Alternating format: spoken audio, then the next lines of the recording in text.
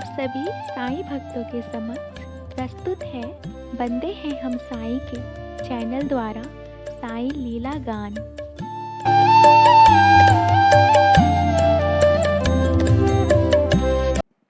ओम साईं राम।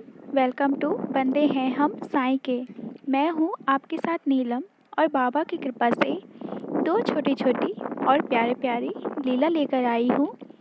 और ये लीला सुनाने से पहले जैसा कि मैं हर दिन बाबा के 11 वचनों को पढ़ती हूँ और आप सभी को सुनाती हूँ, आप सभी मेरे साथ फिर से बाबा के 11 वचन को पढ़ें। तो चलिए बाबा के 11 वचन को स्टार्ट करते हैं।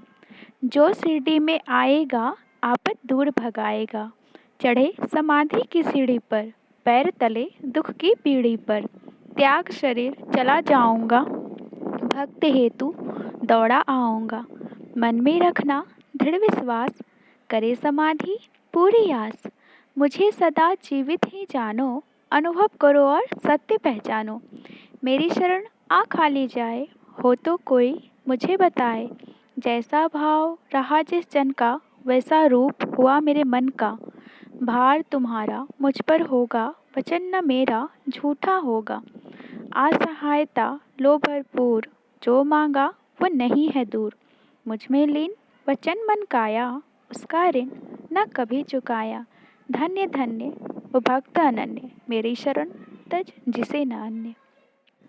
तो मैं अब बाबा की दो छोटी छोटी लीला सुनाती हूँ। एक लीला है एक साईं डिवोटी का, जो कि कहती हैं कि उन्हें एक सपना आया, और सपना जिस टाइम आया या तो 5:30 और 6:30 के बीच में, ठीक है, उन्हें एक सपना आया।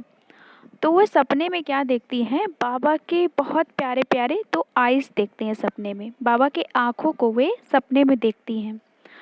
और वे बताती हैं कि जैसे वे पिक्स में देखा करती हैं, जैसे बाबा की तस्वीरें होती है ना पिक्चर्स, उसमें बाबा की कितनी प्यारे प्यारे आँखें होती है, तो बिल्कुल वे वैसा ही आँख देखती हैं बाबा का सपने में। और सपने में वो ये भी देखती है कि वो बाबा की जो आँख देख रही है ना, वो बहुत चमकीला और बहुत ही सुंदर है, जैसे कि वे आँखें बाबा की उनसे कुछ कह रही हैं। वे इस तरह का सपना देखती है और किसी स्कूल के बिल्डिंग में बाबा की वे आइज़ देखती हैं, मतलब बाबा की वहाँ पे पिक्चर्स हैं और आइज़ हैं, तो ऐसे वे सपने देखती हैं। तो बाबा कैसे अपने भक्तों को सपने में भी दर्शन देते हैं, ये एक छोटी सी लीला है। और एक और लीला है जो कि मेरी एक फ्रेंड है, उनकी मम्मा का है। तो मेरी फ्रेंड मुझसे शेयर करी, तो वे कहती हैं कि ये जो कार्तिक मास में छठ पूजा का त्यौहार होता है ना, तो इस छठ पूजा के त्यौहार में वो और उनकी मम्मा सब फास्टिंग में थी, और मतलब फास्टिंग होता था उनके घर में, तो फास्टिंग कर रही थी। तो जैसे पानी में उतरकर और अर्घ देते हैं ना, तो उनकी मॉम ना पानी में उतरकर अर्घ दे रही थी, और वह ज्वेलरी पहनी हुई थी, मतलब गोल्ड ईयरिंग पहनी हुई थी। तो क्या हुआ, उनके कान से गोल्ड का ईयरिंग जो है वो कब कब निकल गया और कहीं खो गया, मतलब उसी जगह पे। और गोल्ड की ईयरिंग खो गया, तो वो पूजा पाठ करके आई, और जब आती हैं और अपने कान को जब छूती हैं, तो देखती हैं कि ईयरिंग उनके कान में है ही नहीं। अब वे बहुत परेशान हो गई और रोने भी लगी। छठ पूजा का त्यौहार था, माता रानी का व्रत की हुई थी छठ माँ का, और साईं बाबा की भी वे बहुत ही प्यारी डिवोटी हैं, बहुत मानती हैं साईं बाबा को। तो वे शाम का अर्घ में उनका ईयरिंग खो गया था, बट लेकिन वे सोची कि मैं इतना रो क्यों रही हूँ, मैं बाबा से कहती हूँ, बाबा मेरी ज़रूर सुनेंगे। तो वे क्या हुआ, शाम में बाबा को कहने लगी, बाबा मेरा ईयरिंग खो चुका है, अब पता नहीं मुझे वे वापस मिलेगा कि नहीं। और थोड़ी मतलब गरीब है, मतलब सोच ही सकते हैं थोड़ी गरीब लोगों के लिए अगर ज्वेलरी खो जाए, वो भी गोल्ड, तो कितना ज़्यादा लगता है, क्योंकि ज्वेलरी बनाना पॉसिबल नहीं होता हर किसी के लिए। तो उनका ज्वेलरी खो गया, तो वो बहुत रोई भी, उदास भी हुई। फिर वे बाबा से विनती की कि बाबा क्या मुझे मेरा ईयरिंग मिल सकता है, मिलेगा। फिर सोची नहीं, कैसे मिल सकता है, वो तो पानी में खोया है, और पानी में कैसे मिल सकता है, पानी में वो डूब सकता है या कहीं भी चला जा सकता है, क्योंकि पानी में मिल ही नहीं सकता, घाट पे था। तो फिर अगले दिन मॉर्निंग टाइम में, मॉर्निंग वाला अर्घ जो होता है, तो उस टाइम गई, तो उदास ही मन था उनका, अब क्या करें, जब खो ही गया तो अब उसके लिए कितना रोए, ज़्यादा भी रोया नहीं जाता ना, तो फिर पूजा करने लगी वो। तो फिर क्या देखती है, जब अर्घ देकर फिर जो कपड़े चेंज करने के लिए घाट के ऊपर आते हैं ना, तो वे जैसे ही ऊपर आई ना, वहाँ पे कल जबकि मतलब शाम टाइम में बहुत उन लोगों ने छानबीन किया, पूरा घाट देख लिया, हर जगह देख लिया, बट कहीं नहीं मिला। लेकिन जब सुबह में और वहाँ पे बहुत सारी लेडीज़ थी, उन लोगों को दिखाई नहीं दिया कि वहाँ पे इयररिंग है, किसी को नहीं दिखाई दिया, क्योंकि वहाँ था ही नहीं तो दिखता कैसे।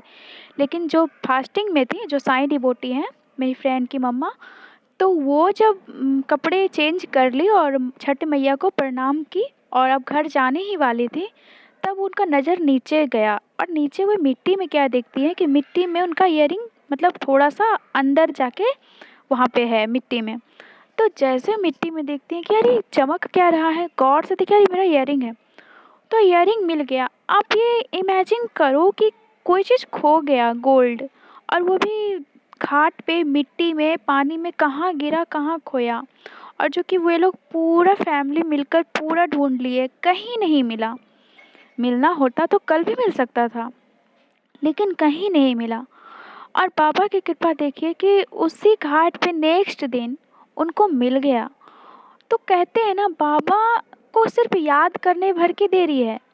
बाबा अपने बच्चों की मुश्किलों को ना झट से दूर कर देते हैं। बाबा कहते हैं ना कि भार तुम्हारा मुझ पर होगा, वचन ना मेरा झूठा होगा। ये वाक्य बिल्कुल सत्य है। बाबा पे जब हम अपना सर्वस्व न्यौछावर कर देते हैं, सब कुछ समर्पित कर देते हैं, तो हमारा भार बाबा ही उठाते हैं। वही देखते हैं कि हमारे लिए क्या सही है और हमारे लिए क्या गलत है। तो बाबा अपने बच्चों को कभी अकेला नहीं छोड़ते और कभी रुलाते नहीं। इतना ज़रूर आप लोग याद रखिएगा कि हम लोग अगर रोते हैं ना, हम लोगों को कोई तकलीफ़ होती है ना, तो वे हमारे कर्मा जो होते हैं ना, कर्मास, उसके अकॉर्डिंग हमें रोना होता है या हंसना होता है, ये हमें कुछ भी मिलता है। हमारे बैड कर्मास जो होते हैं ना, उसके वजह से हमारी लाइफ में प्रॉब्लम्स आती है, ना कि बाबा। बाबा हमारे लाइफ में आते हैं ना, तो प्रॉब्लम्स हमारी लाइफ से जाती है।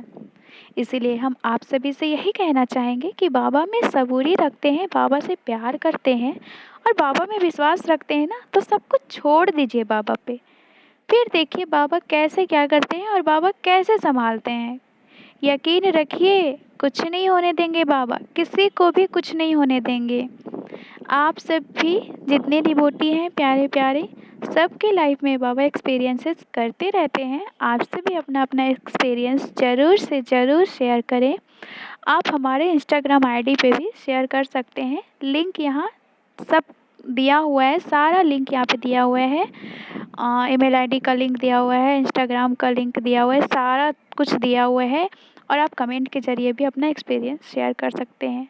और हम तो ये ज़रूर कहेंगे कि कोई भी छोटी से छोटी भी लीला होती है ना आपके साथ, तो वो भी ज़रूर से ज़रूर शेयर करें। जितना बाबा के बारे में बातें करेंगे ना, जितना बाबा की स्टोरी शेयर करेंगे ना, उतना ही बाबा हमारे दिल के करीब होते हैं, उतना ही बाबा आपके दिल के करीब होंगे।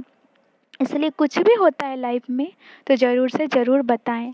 अगले दिन फिर एक एक्सपीरियंस के साथ, फिर एक बाबा की छोटी बड़ी जैसी भी लीला हो उसके साथ मैं आऊँगी। तब तक के लिए आप सब भी कहिए मेरे साथ, ओम साई राम, जय साई राम।